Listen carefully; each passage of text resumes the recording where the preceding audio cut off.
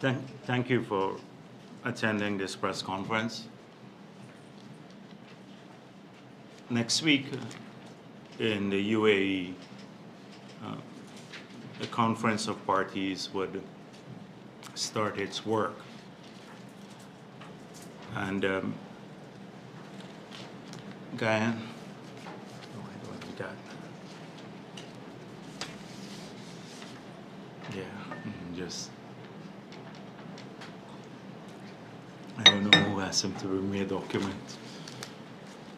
So we have been in the public domain on several occasions outlining our position that we will take at COP. Last week we met with the international community in Guyana, and we spoke at length about what our positions are, and we sought to solicit their support in moving the issues that are important to Guyana and the Caribbean forward. The position of CARICOM is well known. CARICOM has focused largely on raising ambitions because of the existential threat to the region. It has focused on adaptation funding and funding for loss and damage. In Maine, these are the key issues for CARICOM. In Guyana's case, we have focused more on supporting CARICOM, but some new dimensions because of the large forests that we have. We have argued that there should be the right incentives globally to preserve forests, and that there should be a just transition in the global arena. So we explained all of these positions to the diplomatic corps and how we intend to pursue this at COP. We also gave an extensive outline of the low carbon development strategy and the benefits that the low carbon development strategy and the funds earned through that strategy will bring to indigenous communities and the country as a whole. So just to repeat a bit of what I've already spoken of, that the first tranche of the sale of 30% of our forest carbon, which yielded $750 million at a minimum, and we say at a minimum because if it's traded in secondary markets, we share 60% of the upside. That of that $150 million, $22.5 million was given to 242 Amerindian communities, $5 million to the GFC, and $122.5 million remain in a bank account to be used for adaptation funding. We have already isolated several or developed several projects, largely to manage water and to both from the sea and from flooding, and these will be implemented shortly. Of the 242, the $22.5 million that were given to the Amerindian communities, we now have 500 projects on the implementation funded from this source. And all 242 Amerindian villages have submitted their village sustainability plan. You would recall that to get a buy-in at the village level, when we met with the two shows, we insisted that they would have to have the minutes of the meeting held at the village to approve the plan along with an attendance record of the participants in the village, the villagers, to show a buy-in at the level of the village, consistent with the principle of free, prior, informed consent. And that the projects must be carefully monitored. So we have a finance and monitoring committee in each village. But these projects, I must say, are making a huge difference to the 500 projects to these villages, and they're implemented by the villagers themselves, by the leadership in the village, and it's lending a lot to building capacity for managing funds at the villages. And this is just the first tranche. So we've had great success in intermediating these funds quickly. You would recall the mechanism that we used in the past when we had the agreement with Norway and we were working on building a model for forest carbon globally, that we used a different body to intermediate those funds. That is the IFIs.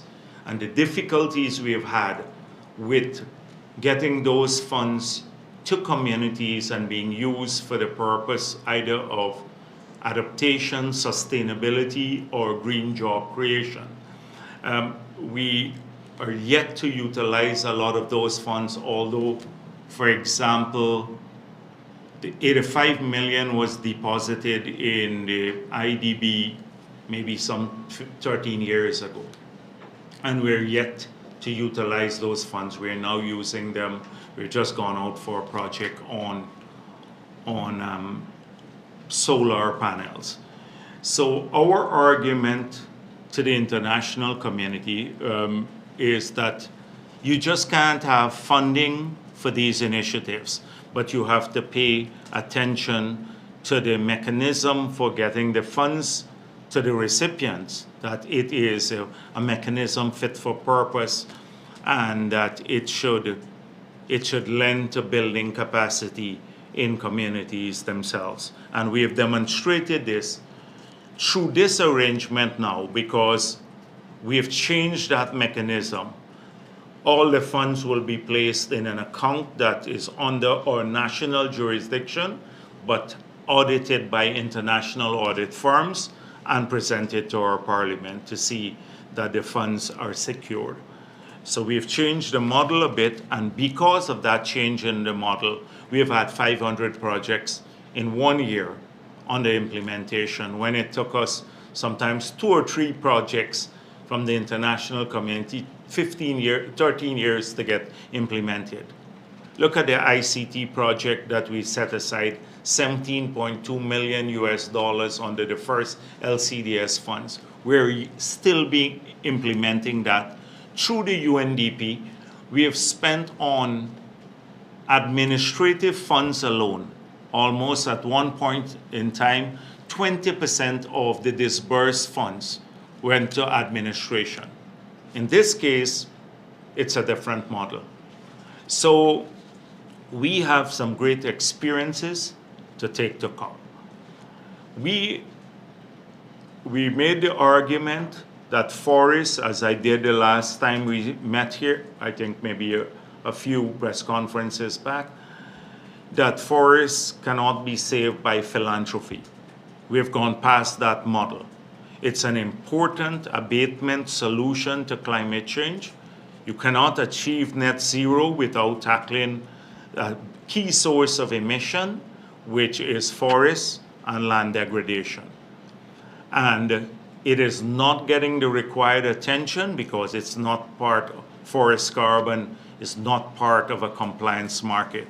We have to return, there are no public funds now, particularly ODA, being at scale dedicated to saving forests. And we don't expect any to be made available given how adaptation funding has fared globally, because it suffered from lack of funding. So we don't expect that public money will be going into trying to preserve forests globally. So we have to work at stimulating a market-based mechanism to do that. We had this conversation maybe 10, 15 years ago, and we had a momentum around it, but it was killed by many international NGOs, although they say they want to preserve forests. And since then, we have lost that momentum that is trying to get for market-based mechanism to compete against or outcompete alternate use for forests. And what has happened? Since we lost that momentum, now what has replaced it? At Glasgow, we had the leaders pledging to end deforestation by 2030, but with no money there. So they're catering on the goodwill of countries. That's not going to happen. We made it clear that forest carbon has additional benefits, the biodiversity, ecosystem benefits, and yet there is no market for it. There is no financial incentive for forest carbon, but there are great incentives for other types of carbon in the compliance markets globally, traded closely to 80 euros now per ton in the EU ETS. So part of our struggle is to get Article 6 to move forward at COP, which is market-based mechanism. And the second struggle is to get forests to be part of a compliance market. Only then can we create the right sort of incentives globally to save the forest, which is a key abatement solution. And therefore, the president would be leading when we'd have a side event at COP. The president has to return to Guyana because of the impending referendum in Venezuela. He'd come back here before that referendum. He wants to be here for the referendum, but he will be at COP the first couple of days next week to ensure that we try to bring the conversation back to what it takes globally to preserve forests, to return to those conversations we had maybe 10 years back, and to place forests as one of the key solutions in a part of a menu to approach to getting to net zero by 2050. Forests as having to play a central role in that. You have heard also our approach that in part of the just transition that we argued for, that if you do what some NGOs want, and some have been calling for, including from the UN, that is to ban new investments in fossil fuel production, you will retain a monopoly for the existing producers, and countries like Guyana, Suriname, maybe in Africa, they would never be able to develop their resources in this sector. If you want a just transition, we have to ensure that the biggest polluters and the worst pollutants come out of the supply chain earlier, which is coal.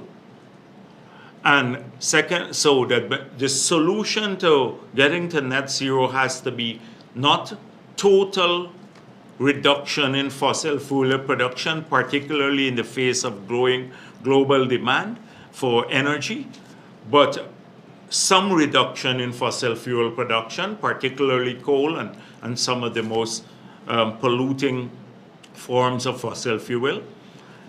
The next is to create an incentive through a carbon price to introduce renewable energy at scale so they can displace the growth of demand for energy without having to supply it from fossil fuel production.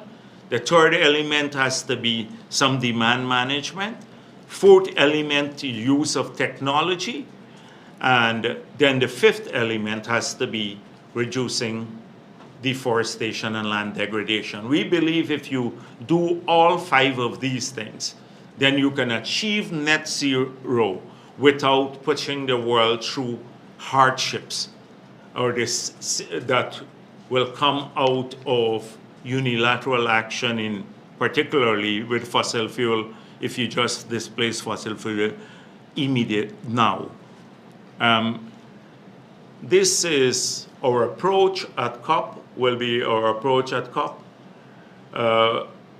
We intend, as you know, to pursue these views vigorously. And we have a good example. We're one of the few countries that have, in the world today, that has a low carbon development strategy. We have the biggest forestry deal in the world, from a market-based deal. We have a robust and good quality carbon. We have the only international jurisdictional certification for our forests. So we go to COP with great credibility. We go to COP there too as an emerging oil producing country, but one that still supports a reduction in global fossil fuel subsidies, production subsidies. We go to COP with a call for early decarbonization. We believe in new technology that should reduce the carbon footprint of activities in the oil and gas sector, apart from the fact that we produce light sweet crude here, which is less polluting than the heavy crude oil produced in this region, in many countries in this region, and globally. The new FPSOs have a 30% less carbon footprint than the earlier ones. We have instituted a carbon-related tax on flaring, and we have a no flaring policy. So we are going there with a strong credential. And given that our forests sequesters 154 million tons of carbon per annum, even with our maximum oil production in Guyana, we would not be using up 20% of that allowance, basically. So we will still be a carbon negative country, even with us with a maximum production of oil. At the national level, we are moving to decarbonize, increase the power output, but decarbonize our energy sector. A 70% reduction we're aiming for in emissions. So we go with great credibility because we're doing things on the ground. We have not waited for international funding to tackle adaptation issues here. We are finding our own sources to tackle adaptation. Some countries, unfortunately, don't have the assets we have, like in the rest of the region. That's why we act in strong solidarity with them to see that the monies that are pledged are delivered. And one point we made also to the donors and the international community, to say back to their capitals that we expect that there will be some consistency in the accountability for climate funds. Because when the pledge was made in Copenhagen, it was 100 billion a year of new money, not displacing ODA, and two, that it would be mainly in the form of loans, grants. Now, most of this money is coming in the form of loans, and it has displaced ODA. We dealt with this issue already. I'm just reiterating it, so that the international community needs to have some credibility. And if you go to 4 different donors, they all have different classifications of climate funds. And so you have a big range of numbers about between pledges and the commitment that they made, the actual disbursement. So there has to be great level of accountability. We have to have a mechanism to ensure that the international community does this. and that the original principle, the Kyoto principle, must work particularly with small countries. That these countries with the least capacity to deal with the consequences of climate change, for which they had no contribution to, that they must be assisted in adapting or going on to a sustainable pathway that is in terms of supply of renewable energy for their societies. So we're going to be, it's inconvenient sometimes to bring up a lot of these arguments, because when the international community keeps pushing equal burden sharing, sometimes you look like an outlier. But we don't want free money. We just want what is just and what was pledged already. And it's not like the Caribbean countries are asking for this. We've moved beyond that. We are not, some of the agencies that are intermediating small climate funds, the bureaucratic approach to accessing this money overwhelms the capacity of many countries. So we have even started shutting ourselves out of those and utilizing our own resources plus the money earned through our own initiatives to tackle adaptation. Because we're not hopeful that the money will come soon. But it doesn't mean that we're going to be dumbing down our voices globally in support of the other countries that need this now, especially the Caribbean and small island states. So we will be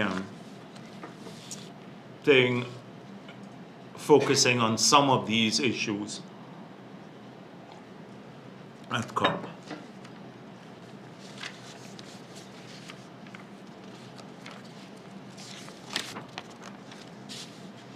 So there has been a huge concern in our country, given Venezuela's aggressive positions on our border. And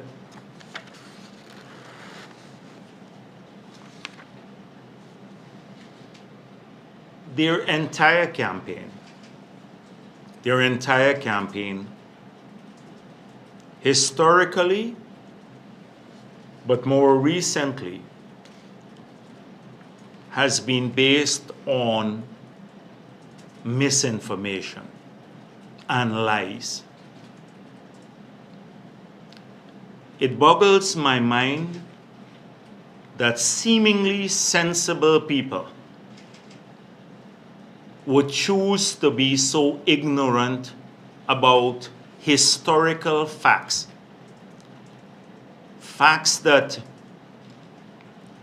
are well documented.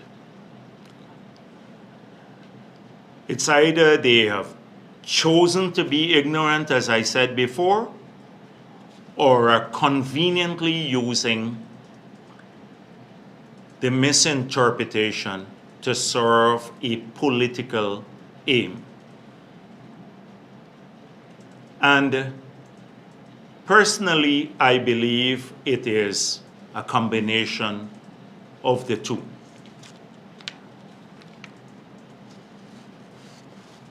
So what is clearer than Venezuela complaining to the United States of America that the United Kingdom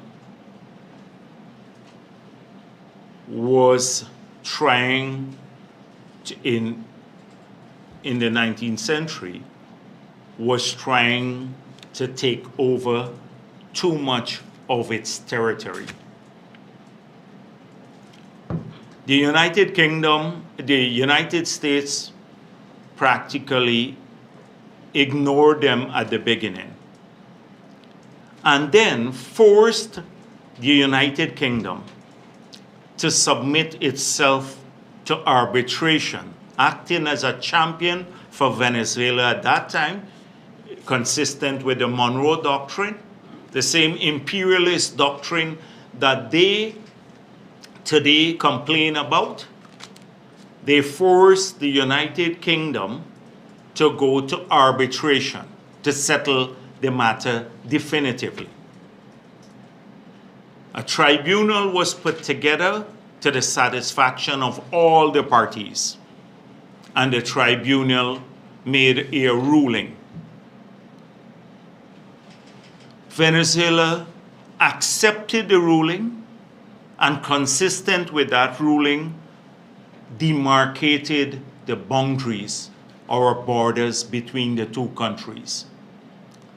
For 60 years, over 60 years, those borders remain unchanged until they raised a false allegation that there was some corruption at the tribunal.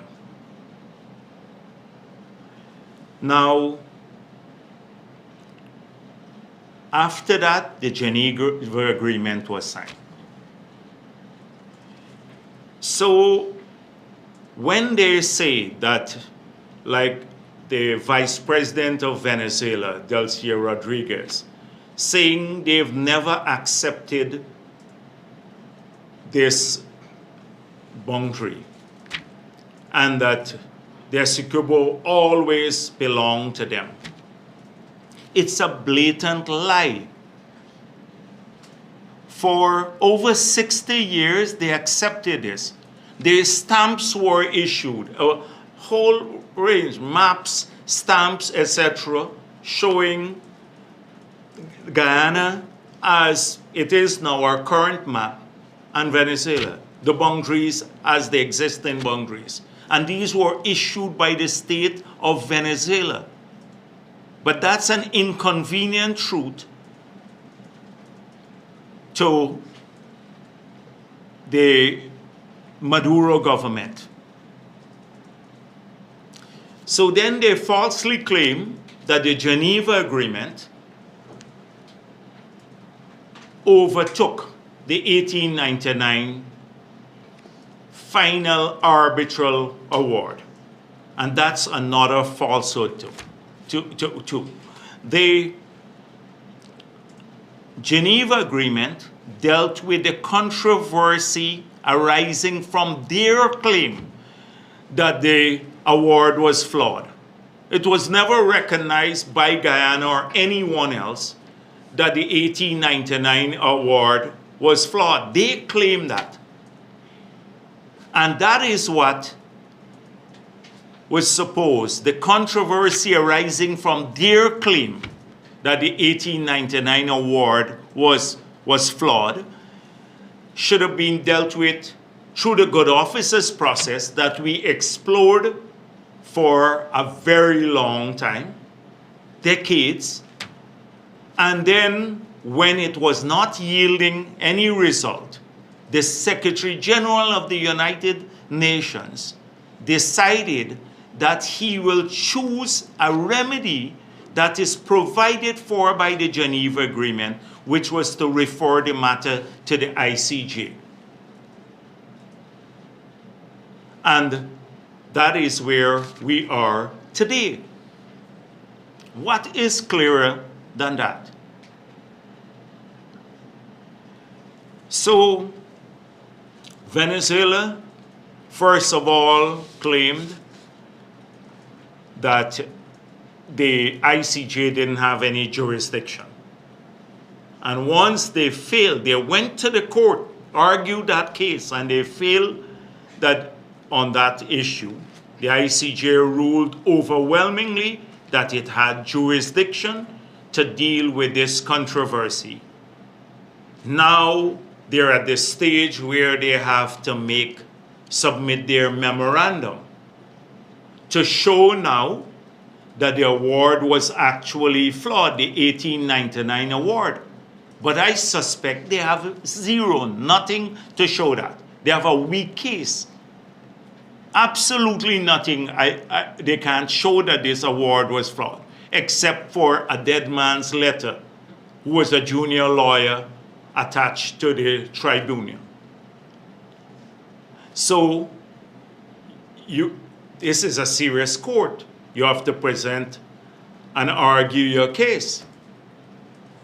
They know they have a weak case, and therefore they want to choose another mechanism. This referendum that they have is now, the Article 3 of the referendum is to now deny the jurisdiction of the ICJ, because they don't want, for heaven's sake, to have to present this case now, because we know it's going to be a weak case. And then two, to have another means outside of this peaceful means provided for by the Geneva Agreement to resolve the controversy definitively. They want to chose Article 5 to put to their people, which is basically to annex our territory. So a measure that is aggressive and not peaceful. So Guyana has always been in favor of a peaceful solution to this controversy. We've acted as good neighbors with Venezuela. We have acted in consort with the international community. We have the solidarity of the world on this issue. The CARICOM, the Commonwealth, the OAS, including the two parties that were the main parties at the tribunal when it was set up, the United States of America and the United Kingdom. Both have said that the 1899 award is, and the results there, the award was final. So who I see calls about peace in the region? We've never threatened the peace. Venezuela has been an aggressive country threatening peace. They like to politically blame imperialism and everything else for their woes. They would blame the United States of America, and I think it's part of campaigning and showing up their base to have an outside foe to fight against so you can mobilize your base. But we have never threatened any country. Venezuela has threatened our border. They've threatened to annex our territory. They've threatened to leave the peaceful means of settling this border issue, which is the ICJ, which is in most civilized countries and in a civilized world, that's what people do. They've chosen unilaterally to repudiate the 1899 award and then try to paint themselves as victims. Oh, Guyana, falsely that Guyana is setting up an American base to invade them. They keep telling everyone that. Up to yesterday, the defense minister at the South American Defense Conference in Brazil said that. We are setting up an American military base to invade them. But it's nonsense. It's nonsense. They've always done that to create this victimhood at home. Now, I believe this campaign is also political. I've seen the vile rhetoric from Delcia Rodriguez. Vile, vile, vile rhetoric. Calling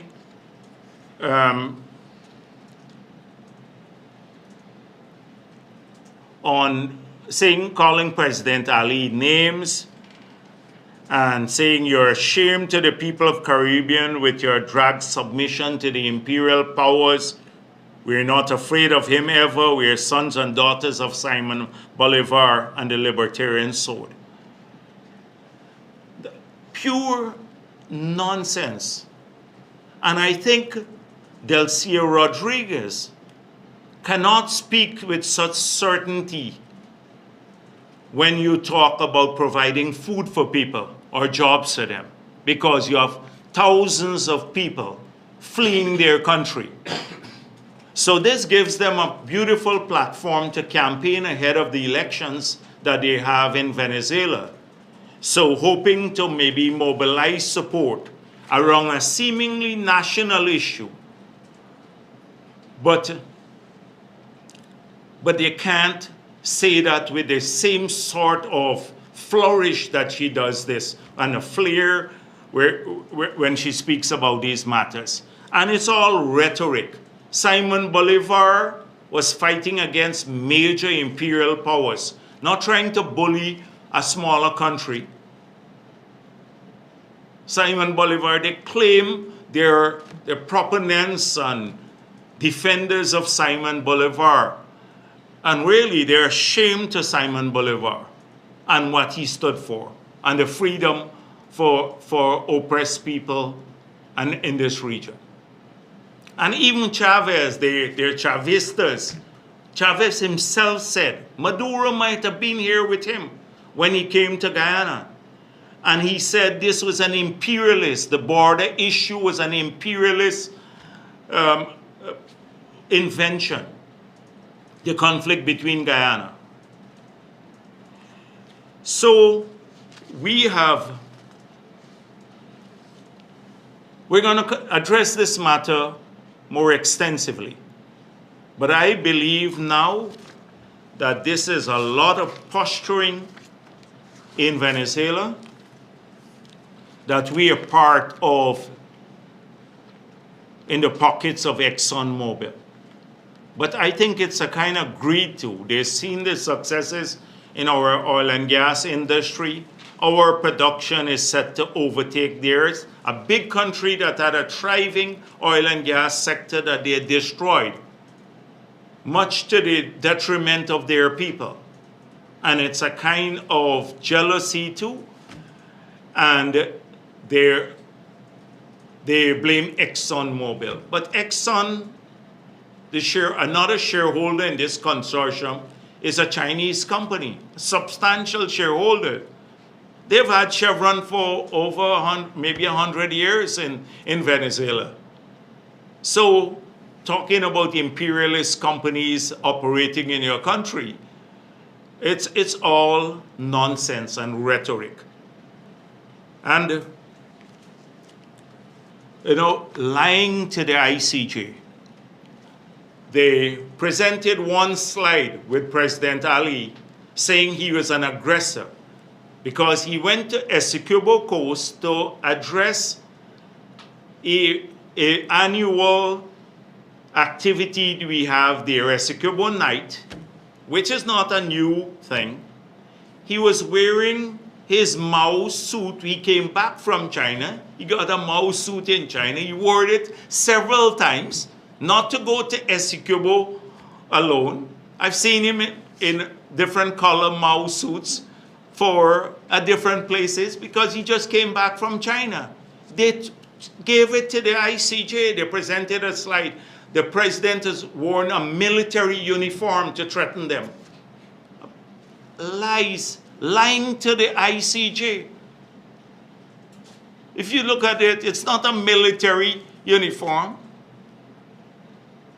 Secondly, she's lied to the ICJ again about the mistreatment of Venezuelans. Look at the reports coming out of the UN. I don't want to, and the IOM, about treatment of Venezuelans here. We have condemned xenophobia. Here, we've argued for fair treatment of Venezuelans.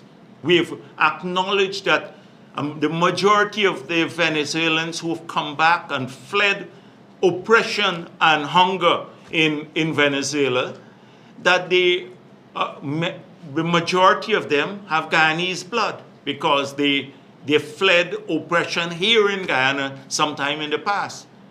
We've established that. We've been treating people fairly here in this country, but she lied again to the ICJ. So it's based on a series of lies, and I think it serves their political interests. And I hope that the opposition in Venezuela, if they urge people to vote on Article 3, which is to repudiate the jurisdiction of the International Court. This is the same group that seeks help globally when they claim that democracy is under threat in Venezuela. And so if they want to vote to repudiate international law, or to say they don't accept international law, they're playing right into the hands of the government on this. This is a major issue, and I hope that they will not be duped. And what sort of referendum? Venezuelan politicians are saying already, what referendum? This is already, this is part, 2/3 of our territory, part of your map already. You teach this in school. What victory will you get at a referendum? What sort of victory will you get at a referendum? You've been telling people this falsely. You've been lying to them over the years. What do you expect them to do? They will say yes, that this is part of our country, because you've been teaching them this lie for all the years. So whether the referendum goes forward or not, because we are waiting on the ruling on provisional measures from the ICJ. So, but they have already said that the referendum will go ahead. We're still awaiting that ruling. They've said to the ICJ, the lawyer said, Venezuela will not invade Guyana. We give you that assurance. Maduro has been saying this to CARICOM countries, the CARICOM leaders. But when you listen to Delcia Rodriguez, you wonder if Maduro is just using her to carry this aggressive line. You can never be sure. She talks about, like, next week they'll be in Guyana. But if she thinks that we will roll over as Guyana and succumb to their imperialist ambitions in Guyana, then they're false. The international community stands by this. I don't know if they're miscalculating based on what happened in Crimea and the other places, but it would be a grave miscalculation on their part. Now, we've never been interested in having military bases here, but we have to protect our national interests. And so at the diplomatic level, through the ICJ, we have been working openly because we are a law-abiding country. We're a democratic country.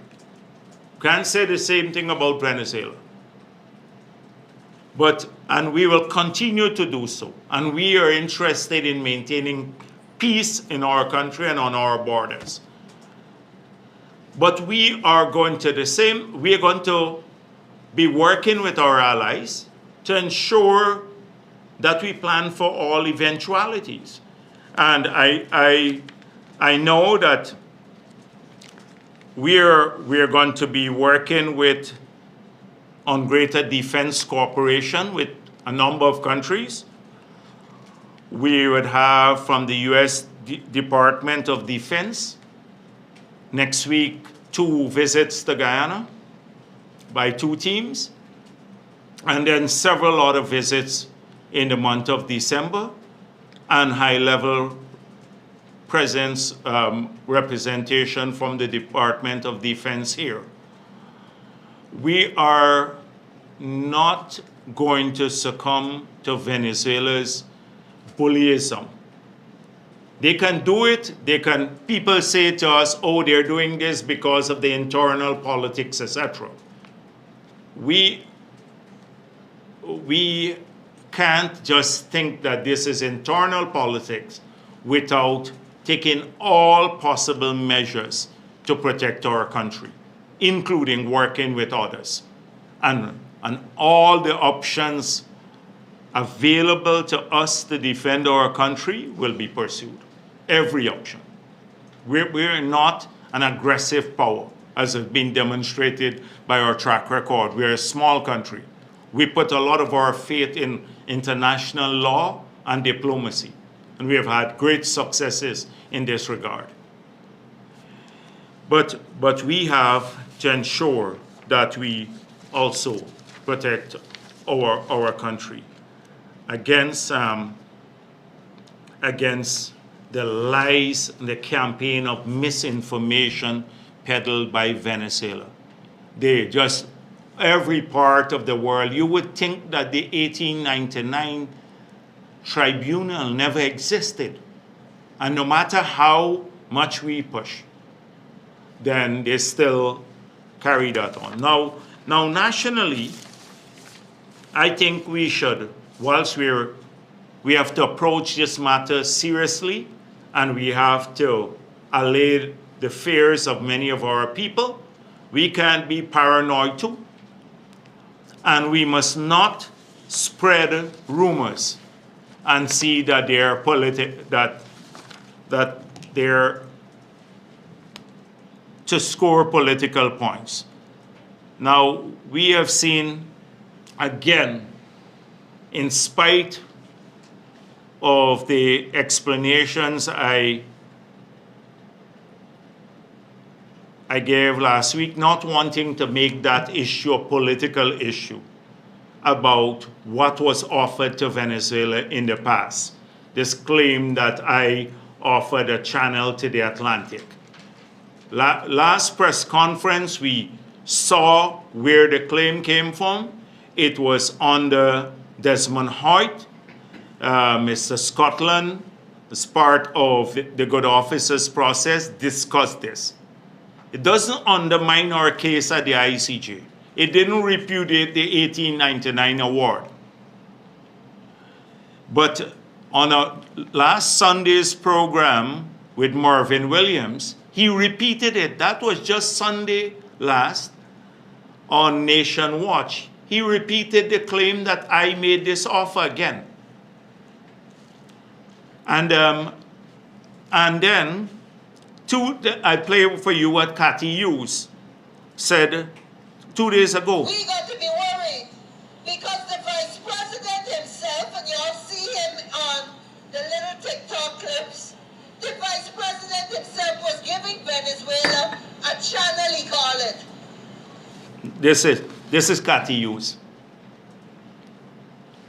Now, she's a leader of the AFC. They say one thing nationally, and I must say that Mr. Norton stayed away from this when he was interviewed by that Marvin Williams. He stayed away from all of this nonsense. But he could have easily, because he knew otherwise to say that's not true. Jagdeo didn't promise that. And now Cathy Hughes went to the people in Linden. She was upset because he had a public meeting and 3 persons turned up. So that is her saying that I promised them again. This is the rumor mongering among people who are willing, because they hate the PPP or maybe me so much, that they're prepared to compromise even more our border. And from someone, a lowlife like Cathy Hughes, who just came out, who used to award contracts to herself, to her own company in her own ministry when she was minister. And she would never sue me for that because we have all the evidence of this. She would never sue me for that because it was true. But they're playing games at this. Now, we have heard all sorts of rumors that there's an exodus from Region 2 and Region 1. Before I came here, I called, Darren Wade said the ferries are overbooked. They're full, the people are fleeing Region 1. Darren Wade never knows about these ferries. This ferry is always overbooked. If you go online, people complain all the time that they can't get a space on the Northwest Ferry. Secondly, I called Edgehill. He said the transport department, the traffic department said we have not seen anything unusual. Edgehill said to me, civil aviation has reported we don't have any unusual activities in terms of flight and traffic pattern. But they spread this rumor in our own country. Sometimes we spread rumors about what the Venezuelans are saying, and we wouldn't take the same effort to just go and post on when they spread their vile lies that Escubo belongs to us. Stop talking nonsense. Go and read the 1899 award. But we will spread the Venezuelan rumors more than we are prepared to defend our country. And it's not that people don't know. They know. We've had not one campaign. We've had several campaigns historically, starting from Burnham, almost every president. When I was president, we had brochures, we had everything else going out, talking to school. People know that this matter was settled definitively. They have the info, they can just post that. Instead, they spread the rumors. So we must not help here, locally, to raise anxiety in our people. Now, Venezuela, you have some wild people now, like this Delcia Rodriguez, wild people in Venezuela, and you can't put it past them to do anything. But we must not get into a state of panic and start feeding on ourselves. We are working strongly in the international community. We have friends everywhere. They're isolated. Nobody supports them for this action. Nobody supports them for the referendum or any action or aggression against Guyana. They're isolated on this matter. We're not the ones isolated. And so we need to ensure that nationally we really practice what we preach, not this sniping all the time. Obviously, Cathy Hughes thought she was doing this in Linden and then could spread the lie there. A total lie. They know it's a lie and try to undermine what we are hoping to achieve at the national level. I will just deal with maybe a couple of other matters. The president, I see this issue being raised again, and I said at an earlier press conference that the money that was given out to the public servants, that is from the cost of living adjustment fund, that wages and salaries have not been announced, increases have not been announced for this year. The president shall do so, and that it will be retroactive. It has not been done. So people don't need to spread rumors about this matter. At some point in time, the president will announce it, and then it will be retroactive from January 1. There is a salary increase for 2023 to be announced. Next, we saw this fact-finding mission. Again, as you've seen yourselves, we are vindicated in not meeting with this group. That the group seemed to have had an agenda. I explored that at length last week about the agenda and connection with people like Burke and others who they're denying contact with, but they could not deny the contact with the opposition and being chaperoned by Roysdale Ford and the others. A fact-finding mission on the country being led or taken around by the opposition. And the fact of the matter that there are 3 consultations, one at Critchlow with Lincoln Lewis gang here, one in New Amsterdam up in the chamber, Although it was supposed to be a town hall meeting, they shifted it upstairs in the chamber. And then in Linden again, where they wanted to give a PPP representative 1 minute to speak. 1 minute to speak. That it's clear now they were not here to fact find. They're here as part of the politics of the country. And I'm so pleased that our people on the ground, with great deal of credibility, debunk everything that they've said and demonstrated this. Gone are the days when you would have had to have 2 Indian persons defending the PPP in this area.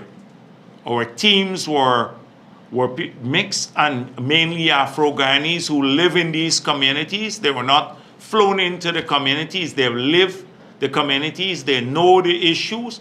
They support the party. Some of them are members of the party. Some left APNU. A lot of them left APNU and came to us and found a welcoming space in our organization. And they pointed out how flawed this fact-finding mission was. Had this been done years back, you would have never had that sort of exposure of these facts. The biasness of a fact-finding mission like this from the ground, from people who actually went on the ground. They did it with great deal of credibility.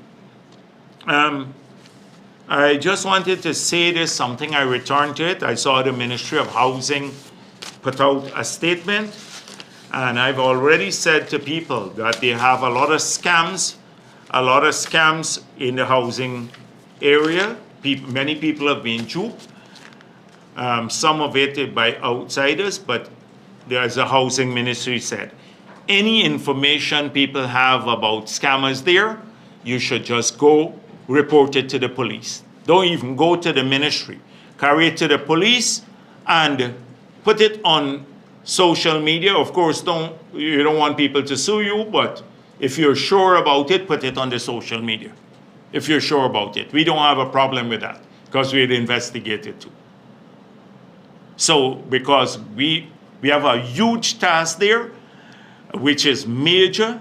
Let me repeat once again, because people can get a house lot immediately in this area if they had made an application before the year 2019. You don't have to pay anyone, you just have to go in. You can get your house lot allocated to you if you applied before 2019. I've explained this to you. I said that we, in opposition, we said we'll do 50,000 house lots in the 5 years. We have done 30,000 so far. That has allowed us to clear some of the backlog. But we still, if you have applied in 2020 or 2021 or 2022, don't come or don't go to the ministry. You're not going to get it now. So if you want to pay anyone, it would be illegal. It would be illegal for them to do that. To help you or say they can help you to get it if you apply only recently. You'd have to wait. We work on a system, and even the people who applied on the APNU, we didn't discriminate, because if you apply in 2015, 2016, 2017, 2018, you're still eligible, because we work based on the dates of application. So anyone who comes with a fantastic thing to you, I can help you get it, is committing an illegal act. To say you applied last week and you can get it now, that's a scam. That's a scam. But if you've applied before 2019, and when I've gone out, a lot of people don't know this. I was in North Haslington. I went to many communities in South Georgetown, Lane Avenue. And people came and said, oh, we applied since 2014. And they brought their document, and we sent them over immediately because they're eligible and they got through. You don't need to come to anyone or government official once you apply before that, and you have your documentation. And as I said before, if anybody tells you otherwise, then they're scamming you. And but we have some professional scammers going around now. So any help to isolate them. I'll end the press conference there. Thank you. Yes, please. You know, I was kind of chronicle. Bringing you back to the U.S. fact-finding mission yesterday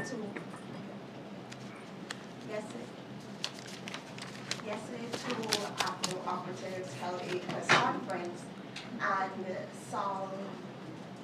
Leon Saul, I think his name was, said that he can cite several cases where the government had discriminated when it comes to developmental works. However, when pressed, he couldn't actually prove this. Yeah. And he also said that they worked with the U.S. delegation, but then distanced themselves when asked how they worked with them. Can you speak on this? Isn't this Leon Saul, the guy who was at the Ministry of Housing? Was he at the Ministry of Housing under APNU? I think he was ex-Army and he was at the Ministry of Housing when we had all of those. In that period, they didn't develop a single house lot up to 2018. And then after the no confidence motion, they illegally spent some money and did about 3,000 lots, but they didn't put in any infrastructure, just grade down the place. That's his track record. So I could show you that since we got into office, maybe 40, 50%, I don't know the exact, but at least that of Afro-Ghanaians have benefited from house lots, over 10,000. In their entire period, they did 3,000 house lots. So when you talk about this is the same guy who would not, when you talk about housing and land allocation, I've dealt with that already. Just the APNU politicians and their families got large tracts of land. And no ordinary people didn't get. Tell him to go to Linden and talk about that, the Leon Saul and the others. But this is not new rhetoric. This is old, worn, same set of people over and over, old rhetoric. Nobody pays attention to them anymore. They didn't want Afro-Ghanaians to apply for scholarships. Now we have 21,000 people studying online. They can only lie to people. Leon Saul can go to Linden and hold a conference on discrimination and get more than 10 people, except if they bring the APNU people there. But they will go and bring in a delegation from Georgia and some Texas and somewhere else because they can lie to them. They don't live here. And when they bring them here, they surround them with these people, as we've seen here, who just give them one side of the story, never allow the other side of the story to come, as I just explained. So then it finds itself in some report. We're not going to be defensive on this issue any longer. We have made it clear, and people know now, that this party is the only multi-ethnic party in this country. It's demonstrated this over and over again and every day. We can demonstrate that. No other party can do that. No other party. The only multi-ethnic party with large numbers. We have more Afro-Ghanese supporters than the AFC total support. And they're supposed to be multi-ethnic, than their total support. So we're not defensive on this matter anymore. Our policies are clear to be looked at by real independent groups. But we're not going to do reverse discrimination too. We have a duty to take care of everyone.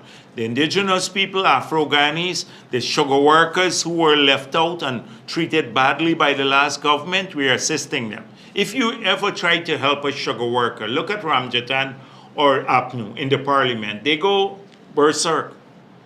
They go crazy. Oh, you're putting money into sugar, etc. But you know, the same people, Sharma Solomon, complained to the visiting delegation, the fact finders, that they had to protest for electricity in Linden. And he didn't say that for 23 years under the PPP before 2015, and now again, that every year we spent upwards of $2 billion to subsidize electricity in Linden. Their electricity rates in Linden are 1/10 of what everyone else in Guyana pay in Georgetown and Berbice, everywhere else. This guy, he complains about this, but he didn't say we get a preference here. And it was done retained under this big bad PPP government.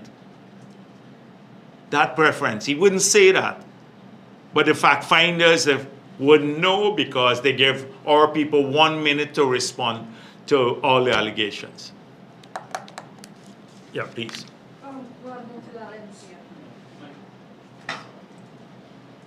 Oh, okay, sorry. You had the mic? All right, okay, I'll come back to you. I didn't realize that. Dr. Jagdeo, about the international support.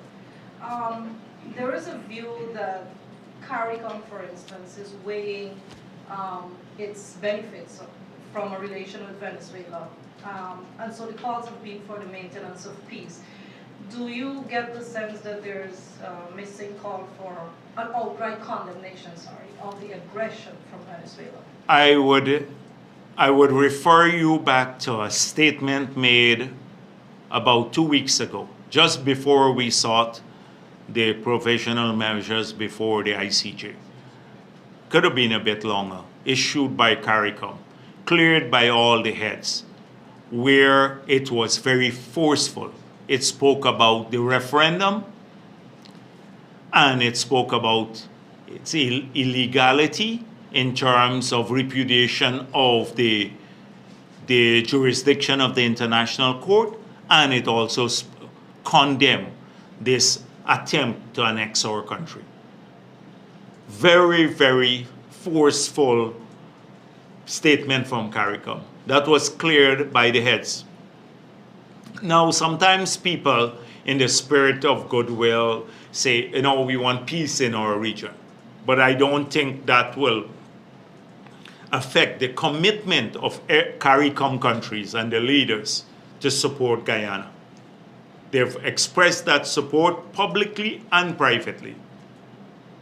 And it is not going to be no amount of oil or economic diplomacy will change that support. We've had those assurances publicly and privately. But CARICOM has always urged dialogue. We have said we don't mind having dialogue. The president has said that. But one thing we're not dialoguing on is which Maduro wanted, that we must return to the good officers process, take the matter out of the ICJ. Having the Secretary General has already referred the matter to the ICJ. That matter will be pursued to its end at the ICJ. We can talk about everything else under the sun. Good neighborly relations, toning down rhetoric, tensions, etc. between the two countries. But we are not compromising on that one issue, which is our case before the ICJ. We're now returning to a bilateral process that didn't yield results for decades, although we pursued it vigorously. That is the good officers process, the UN Secretary General. So, CARICOM would always urge that. And many countries, like I saw in Brazil, a statement came out, they said, dialogue or the international arbitration, as opposed to aggression. That is what people say. Peace and international arbitration versus aggression, unilateral moves to annex people's territory, to have imperialist ambitions against Guyana.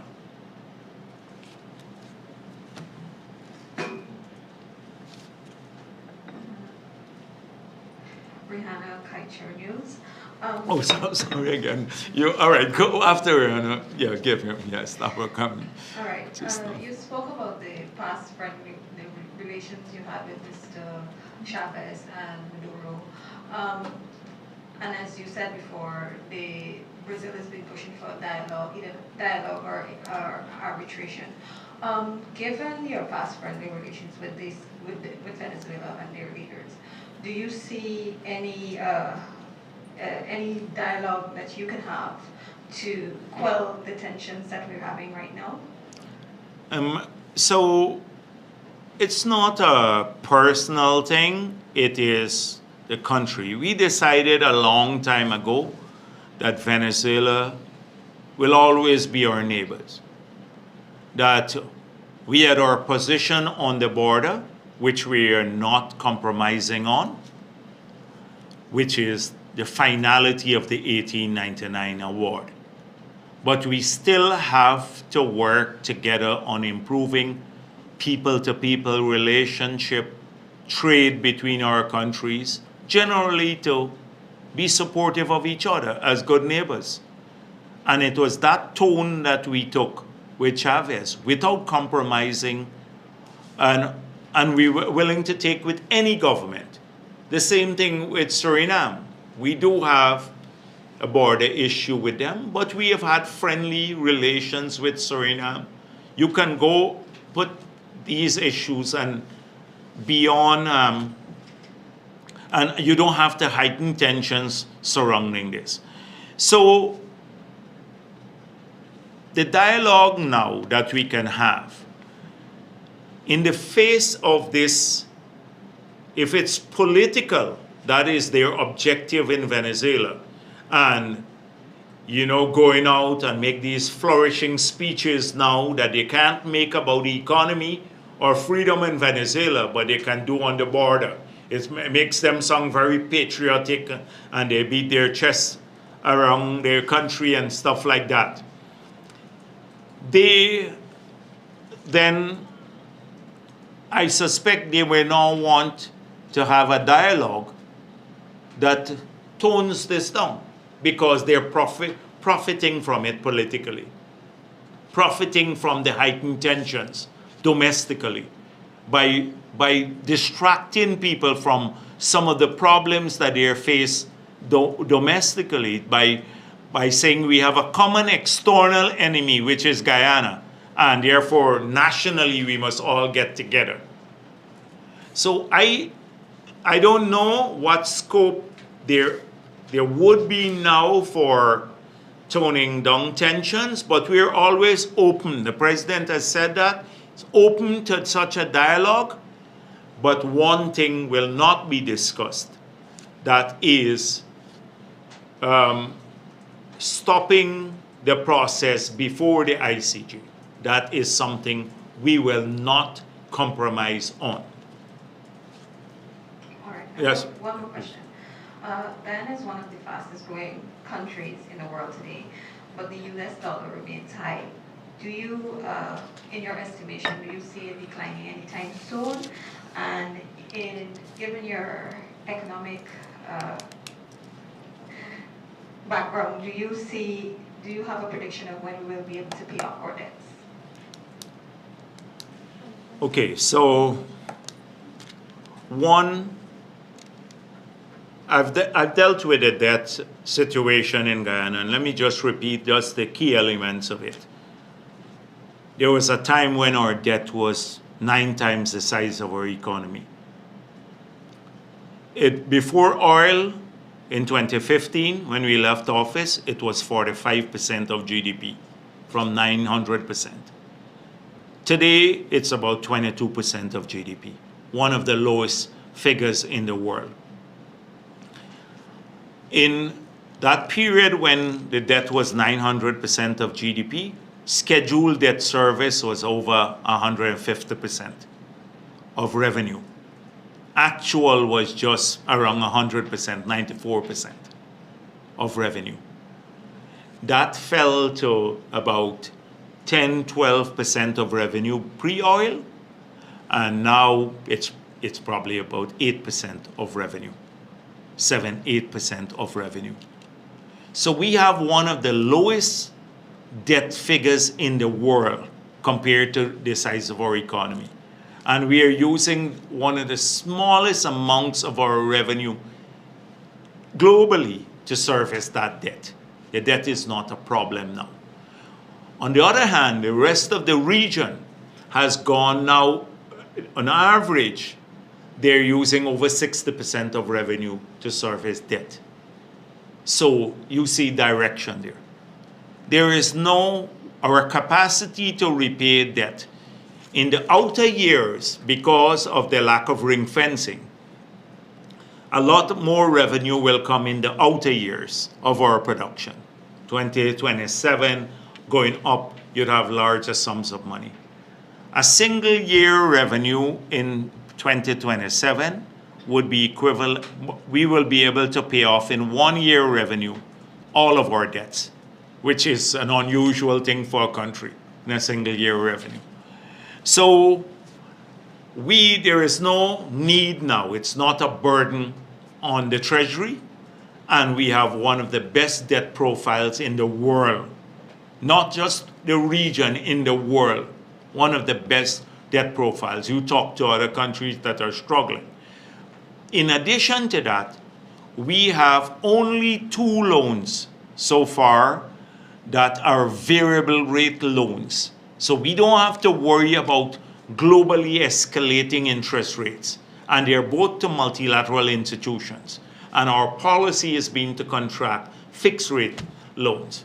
So even the structure of the debt is such that it would not bring unwanted surprises in the future. So if global interest rate policy, like what happened, it moved from 0 to maybe 6% globally and caused bankruptcy, well, near bankruptcy in many countries because their debt servicing suddenly ballooned up because of the variable interest loans. That didn't happen in Guyana. And that will not happen because of how we are structuring our debt. So that's the first point. The second issue is that there is something called the Dutch disease. And that is when you have this resource windfall. It comes into your country, and because you have this influx of investments or revenue, it changes relative prices, including that of the currency. So the currency strengthens to the point where it makes your exports uncompetitive. Agriculture, manufacturing. Now we are trying to boost all 3 sectors. Tourism, agriculture, manufacturing, huge investments. You know the national investments as part of our effort to diversify the national economy and keep it diversified, unlike some countries that have relied when they get oil, they just rely on one sector. We are determined not to have that happen here. So we're not interested in a strengthening of the US dollar now because it will harm your economy immeasurably, and that is the Dutch disease. So you have to practice a monetary policy and fiscal policy that would allow you to ensure that you don't have unwarranted appreciation of the currency. So that is a deliberate policy of the government of Ghana. Yes, please. Okay, good afternoon, Dr. Jagdeo, Antonio de Saro News. I have a question. You had mentioned earlier that the opposition leader of Venezuela, you're hoping that she does not fall prey to what is happening with the referendum. But just to bring to your attention, last night the Jamaica Observer reported that Venezuela, according to the report, is that the opposition leader is... Yes, I'm aware of what they're saying, but it is... I'm saying that these are the people who are urging for, I believe, their part because they're worried about it being claimed they're not supporting a national referendum, that they're urging people to support a clause in the referendum, or particularly the one about ICJ, that repudiates international law, and they're the ones going around, the same opposition. And there is no one opposition, they have lots of people, so they have, but generally they support the referendum. They support the referendum, but then they're the same ones going around the world to ask for help in accordance with international principles and international law to ensure that the country goes onto a democratic pathway. So on one hand, you're trying to undermine international law, and then on the other hand, you're going to be running to the international community to ask for help to when you have trouble at home. So it is not that I'm aware of what they're saying. I'm aware of what they're saying, but I hope that they understand the implication of what they're saying. Okay, just to touch on the oil and gas sector, I have two questions. One, have negotiations begun with block bidders, and when are these expected to be completed? That's one. And two, how and when will Guyana recover its 107 million US dollars in additional profit based on the findings of the IHS market?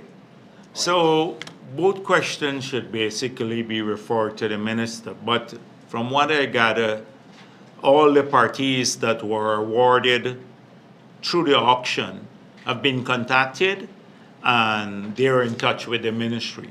I can't tell you how far the negotiations or the discussions have advanced because I don't get into the day-to-day issues, but as I pointed out to you, once those are completed, they will have to go, a paper would have to go to the cabinet to say, here is our report of the negotiations, and we recommend that cabinet give approval to conclude the awards with the following people or the following bidders. So that is how it will be approached. The other issue, we have to go forward based on the remedies provided for in the PSA, which is an export, I think, and then possibly arbitration. But the remedies are outlined in the PSA and could ultimately lead to arbitration. Yes. Yeah, yes, please, yes, go ahead. Yes. Vice President, could you just elaborate a bit more on what steps Guyana will take to protect itself in the aftermath of the referendum? Say, for example, if Venezuela failed to abide by the provisional measures, should they be handed down by the ICJ? And secondly, sir, what would you say to Guyanese who are of the opinion that Guyana has not done enough to boost its military capability and capacity since the production of oil, and we've had these resources? Yeah, so first of all, I see this issue about, so let me deal with the latter question first. The Army has grown in Guyana's case, tremendously. I had cause, I saw from the opposition, some people saying we should build up our defense capability more. Our budget, the budget to the Army, I recall because I was Minister of Finance, the budget to the Army in 1990 was smaller than the salary of a single individual who was a consultant who was working in the foreign ministry. That was the capital budget of the Army. Go to the estimates of 1990. These are public documents, and you will see that. And then check. It's written up already because I said this before. I don't want to call the gentleman's name. He's passed. But see his salary, what it was. We have come from that period now, with the Army's budget growing by leaps and bounds. And that is in spite of the fact that we had to address this massive debt overhang, because we had to pay back over $2 billion of the debt. We got a significant amount restructured to and written off. So over the period, if you look at the growth in the Army's budget, it has been exponential, frankly speaking. We have recently started producing oil and gas. You said because we have had all of this money.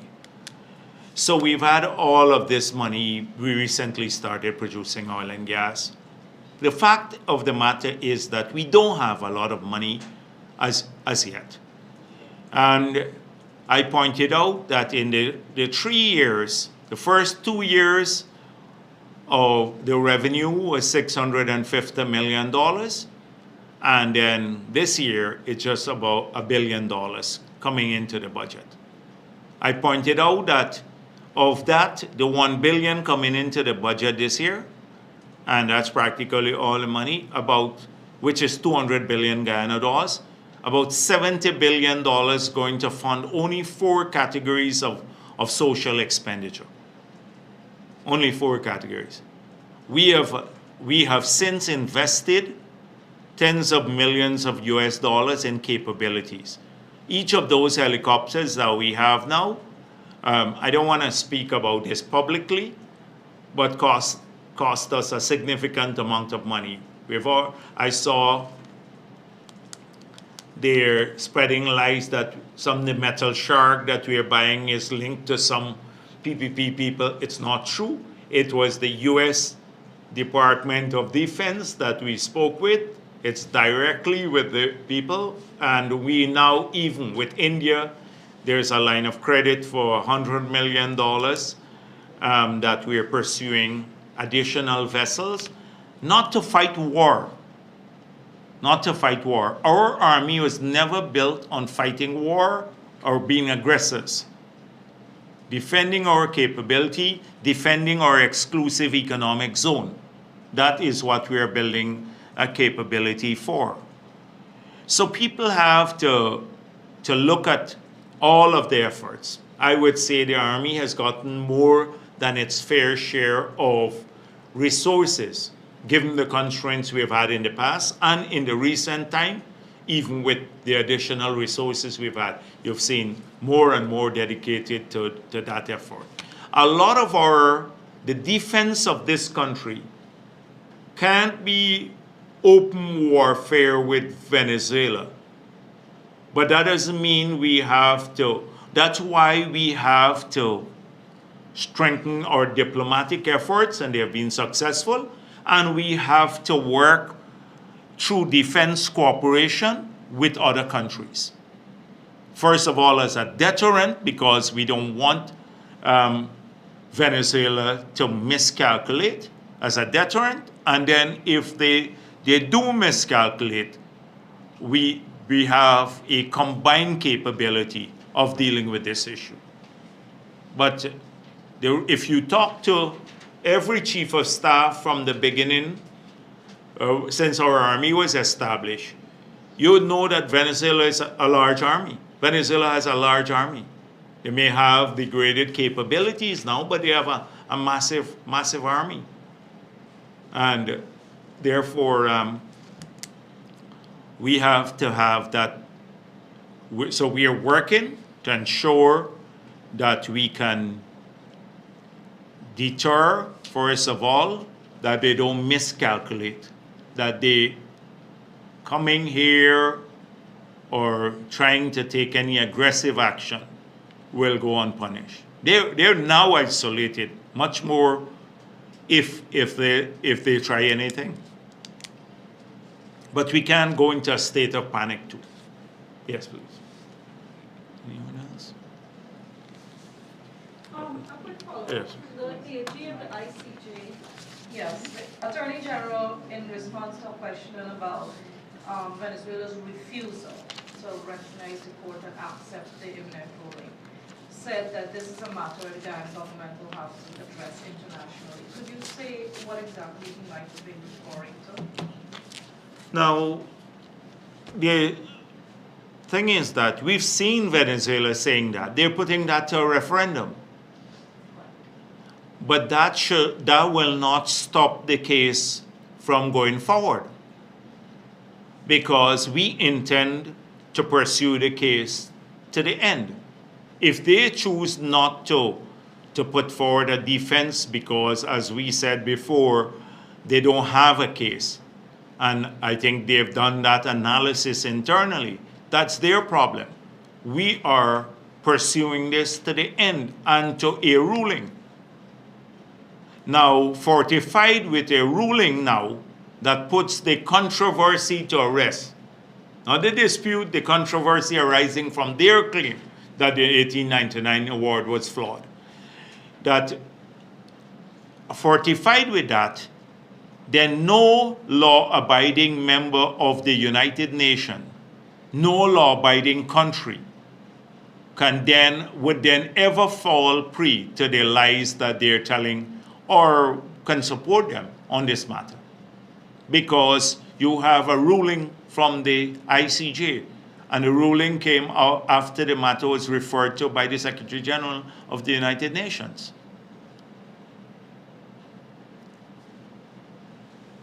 Okay, thank you.